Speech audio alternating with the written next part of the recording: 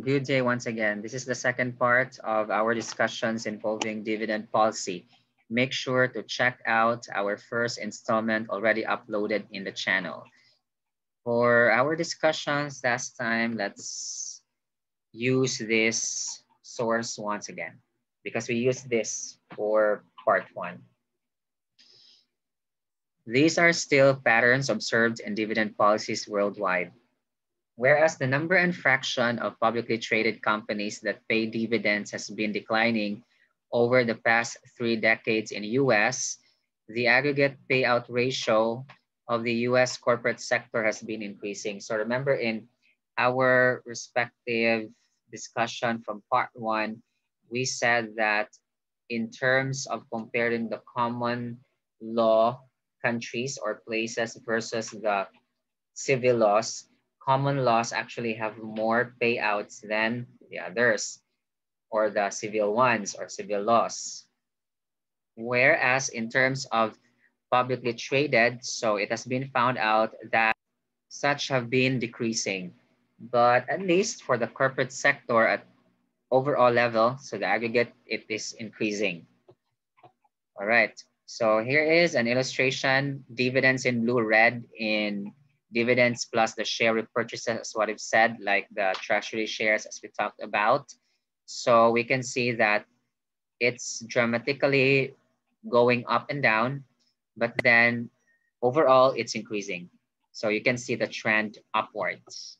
Then we have to take note that investors react positively to dividend as well as to share repurchase because if we, for example, the corporations, like we are the corporations to speak of, if we issue dividends, that would give signal to the public that, oh, the company is profitable. That's why it is releasing the dividend. So they're now willing to let go of some portions of their accumulated profits and losses. On another hand, if there would be decreases on the or decreases of the dividend or even the eliminations, then that would give negative reaction to the public. And also in terms of stock prices, that would really be something that would have impact over such because the ups and downs of the shares or the stocks prices actually are the result of overall like emotional climate to begin with of the people like the investors who are engaged or who are into the field of investments. Then taxes influence payout policies, of course, because taxes are to be there to be deducted, but neither cause nor prevent companies from initiating dividend payments or share purchases. So it doesn't mean that there are taxes that they wouldn't do such. Then firms pay dividends before and after income tax. That's true. So they can pay even if there's no income or if there is after income tax, I mean. Then some empirical studies show that dividend payouts actually increase following tax increases. Of course, I would say also the reverse, like if tax have been increasing, that is because dividends have been increasing as well. So, or we would say that especially for income taxes for corporation, there have been greater taxes, meaning there have been more profits, so more dividends and more taxes later on. In spite of intensive research, it is unclear exactly like how dividend payments affect the required return on a firm's common stock.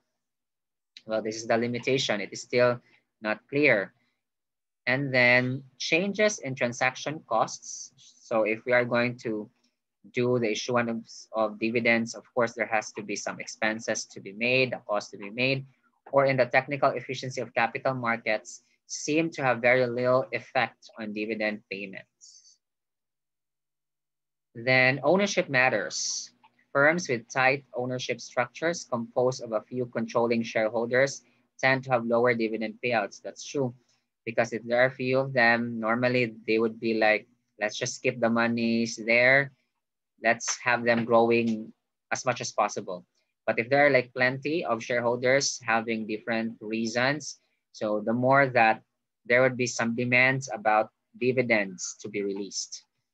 Okay, models. So we have several competing theories advanced to explain observed patterns in dividend policies.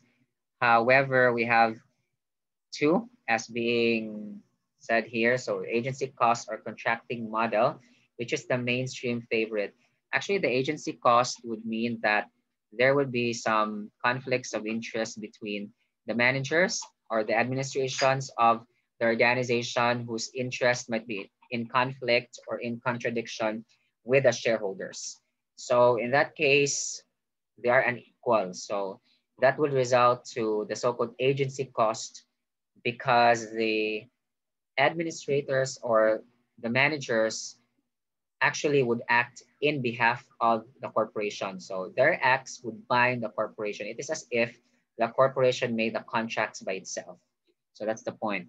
And signaling model, the signaling model of dividends would mean that firms pay dividends to burn money. It's like they're releasing money, so giving the signal that we have monies here, so we are releasing and distinguishing themselves from weaker rivals. So because we are issuing dividends, meaning to say we have more monies. Going back to agency costs, why is there a sort of conflict? It's because, for example, shareholders might want more dividends, but then the managers would be saying that we will not be releasing for now because we have plenty of projects to think about. So those things. Then dividends exist to overcome agency problems between managers and shareholders, right? So that shareholders also will feel that they are given their shares of profit. Managers commit to pay out or paying out free cash flow as dividends. It cannot release, as what we've said, any equity portion by or to dividends. The legal capital cannot be touched as said. Then based on ownership structure, private and closely held firms rarely pay dividends. We have discussed this already, but the big public ones wherein the ownership would be mixed to a lot of people, again, they would be demanding for having payouts for dividends. Then based on investment opportunity set, mature firms have high payout. We've said that already, but the still growing or establishing firms have low ones, probably because the monies will have to be used also. Now, Miller and Mondigliani in 1961 show dividend policy cannot impact firm value in a world without market frictions. So the dividend policy would not have impact on the value of a certain organization if there wouldn't be have impact also, or there wouldn't be some items or some, let's just say, reactions coming from the market. So this is the concept of M&M. M&M showed that dividend policy was irrelevant the same way that they proved that capital structure was irrelevant. So they also said that there's dividend irrelevance. There's also capital structure irrelevance rather in a perfect capital markets. Then value derives solely from the inherent profitability of the firm's assets and the competence of its management team, which means to say that the value of a firm is because of its capability to have profits and because the management team or those in the administration are competent in their job. Then investors can sell shares to mimic dividend policy. When you say mimic, follow whatever dividend policies there are in the organization. So we have an example here to show that there's dividend irrelevance. We have retention and payout companies. So retention would be keeping the money, payout would be releasing. So identical companies, except for their dividend policy, both have 1 million shares outstanding. Assets the same, $20 million. Net cash inflow is $2 million next year. So ROI, same. Price, same. Both firms anticipate an investment opportunity next year that will require 2 million pesos. So how will the two firms finance this opportunity? If that is payout, so release everything as dividends and then earns and distributes $2 per share. Also, it will raise $2 million in a new equity offering to finance the new investment opportunity because everything has been released. So today, and then tomorrow, that's it.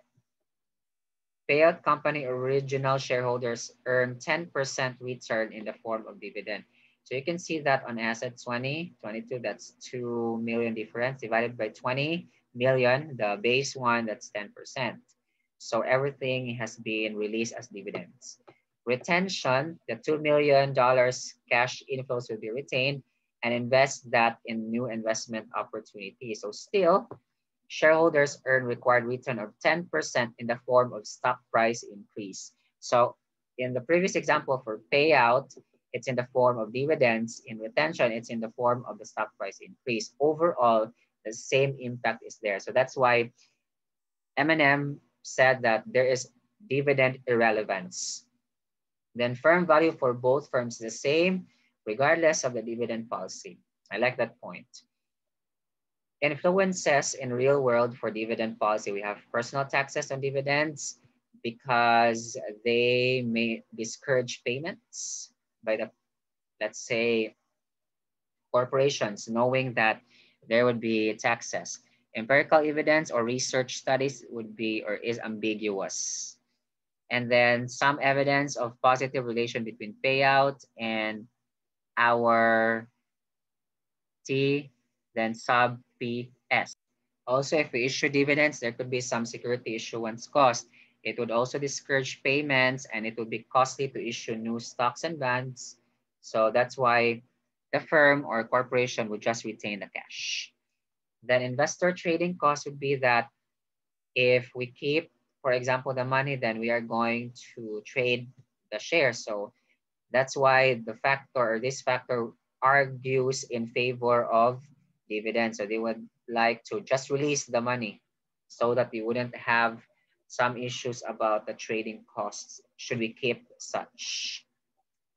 Then importance of institutional investors in that the investors like institutions are very important as to the trading mechanisms in the market. So if you have like the established investment houses, they would also be helping in the trading. Corporate governance power of institutional investors would also discourage payments just like the previous one, because if they would be, for example, releasing the money, so that can be released to them or that will be governed by them. Then capital market relative to intermediated bank financing or the bank itself. This factor argues in favor of dividends. So release the money, let's just borrow from the market. Asset growth rate, a firm level variable wherein if we have known that if we keep the money or should we keep the money, it would grow to a certain level, then wouldn't be releasing such as dividends. Another one is we have positive NPV investment opportunity. So let's reinvest the money instead of releasing as dividends. Therefore, the two would discourage payments. The latter would be because it would earn. Also the first one. Free cash flow generated. Remember, the dividends should be coming from free cash flows. And then this factor would argue in favor of dividends or release those free cash flows. Now, dividends might be a residual, meaning what is left after funding investments. So if we have investment opportunities, let's invest in there. Whatever will be left, give us dividends. But dividends are most stable of all cash flow series. And then such may convey information in markets with info asymmetries. Asymmetries meaning imbalances. But what specific information isn't there a cheaper way to signal? Latest empirical evidence shows or showed that dividends signal the past, of course, because dividends again are coming from the profits, accumulated profits and losses of the corporations. So such would indicate the experiences or trends or patterns from the past, not the future. But we may study the trends to get the future, but it's more on the past. Then here are our checklists for dividend payments. If these would be the variables, what would be the impact on dividend payout? If we have asset growth rate, if the assets would grow more, we would be reducing releasing of dividends. If we have investment opportunities that are going to contribute positively to the organization, then we would not be releasing more dividends. Capital intensity of the production process. So let's say there would be more capitalization needed in the production process. So this would increase on the dividend payout. If there will be free cash flow, as explained, that would be increasing our dividend payout because there has been more money available. Then if there are more individual shareholders, the more the tendencies that will be releasing dividends. Tightness of ownership, meaning let's say a private firm, or let's say a corporation that is considered closed because it is owned by family members, then lesser chances of giving dividends. And also if there are like block holders or let's say major investors, so they would be dictating the payouts of the corporation or the giving of dividends. Okay, a while ago, that's firm level. What about for macroeconomic? If there are transaction costs of security issuance, like if we keep the money, we invest that in bonds, etc. So we just increase the payout, let's let go of the money. If there have been personal tax rates or tax rates rather on dividend income, so that would reduce also the payout because more taxes are to be paid by whoever will receive the income. If there are capital gains taxes on such shares, so it would increase the payout because the corporation would not be enticed to keep those shares and paying more gains or capital gains tax. So such would be released as dividends. Institutional investors would reduce. So if there are institutional investors, meaning we can get monies from these institutions, one of that is bank, right? But anyway, if there is institutional investor or there are investors, so we will just give the money or release. Also, if there are like institutional investors having corporate governance power. But then if we talk about capital market relative to intermediated bank financing, so that would like increase the dividend payout. So we just have to release the money and then we are just going to borrow anyway from banks. For the previous two, I think the point here is that there would be reduction because there are like more governing powers. So what do we need to know about dividends? We have to know that there are differences even in the same industry as to the dividend payout. The rates will not be the same. Ownership would really matter and how. Again, a publicly owned corporation would be more enticed, more, let's just say, into giving of dividends. While if that's a private or a close owned corporation, or let's say family owned corporation, then lesser chances of giving dividends. Then dividends exist because of flaws in human ability to communicate and commit, not flaws in how markets work. So if the firm can just communicate with the shareholders that something has to be done, like more reinvestments because of the asset growth, they wouldn't be like giving dividends despite that. However, because they cannot communicate, so that's why they are going to give dividends. Then this would convey information as said. If there are more dividends, meaning good news, the opposite, bad news. Then common law countries have higher payouts than the civil ones. Then taxes would have impact on dividends. There's a story behind the dividends. And then in terms of US, fraction of firms rather paying dividends decline in the US. But then in terms of the public sector, at least there are more of them. Right. So that's it for the end of the presentation. Thank you very much for listening and God bless us all.